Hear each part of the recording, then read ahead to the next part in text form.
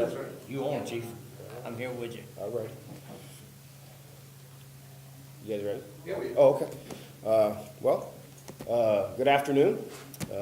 We are a little more than 12 hours past implementation for the new Chatham County Police Department.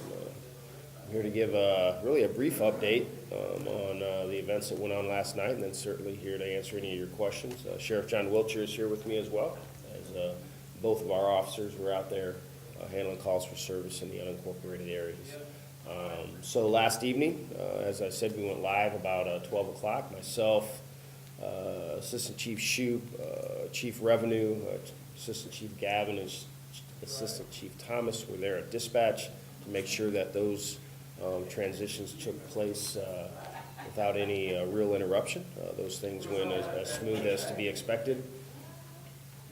We also, over the course of the evening into this morning, we handled about 21 calls for service throughout the unincorporated areas. Nothing of any real serious magnitude. Some pretty, normal call volume expectancy. And we had a couple glitches with technology in our MDTs, but we seem to have gotten those worked out. Aside from that, it really was fairly uneventful. Had a good feedback from the officers that came back in this morning.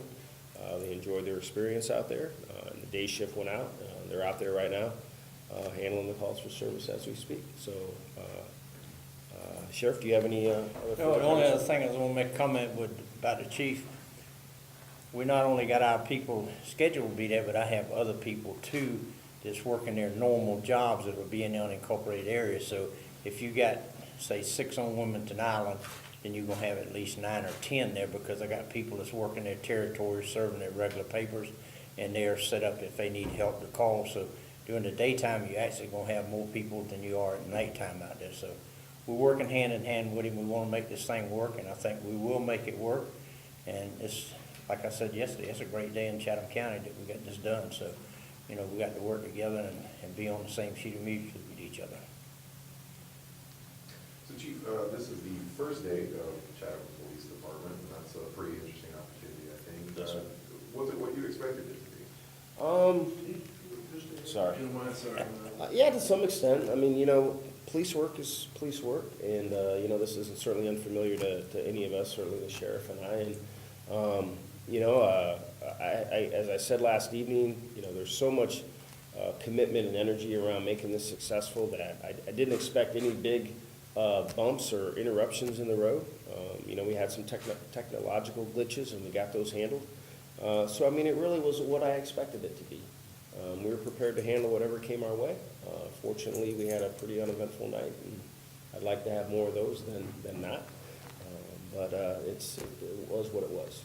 A lot of the talk over the last 6 months or so has been focused a lot on response times. Mm-hmm. What's the goal for you guys, for those people in the islands and out in West Chatham? What kind of response times are you trying to get to? Well, I mean, it certainly is dependent relative on the priority of call.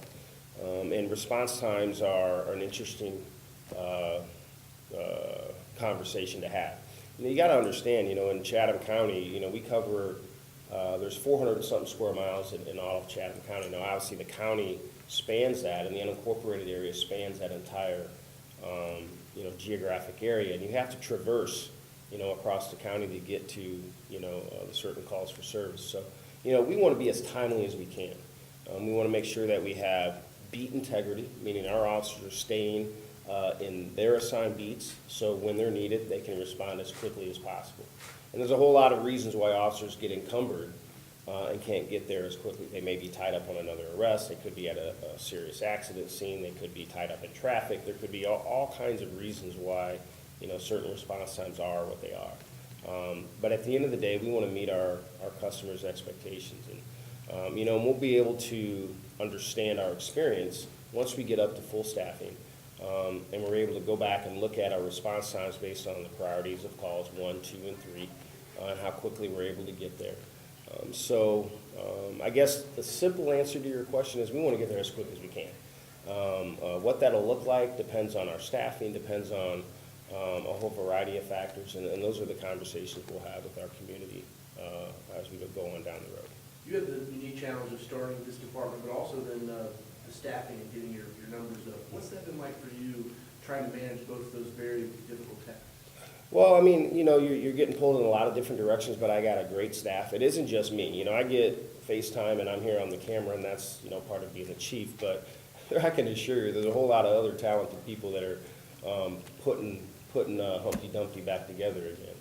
And so you want to make sure that you're constantly paying attention and keeping those plates spinning on all different levels, whether it be with staffing, logistics, technology, community, media, your own bosses, things of that nature. So it's been challenging, but I got a great team. And again, as I've said 100 times, we got a lot of people wanting to make this successful, and that makes it a lot easier.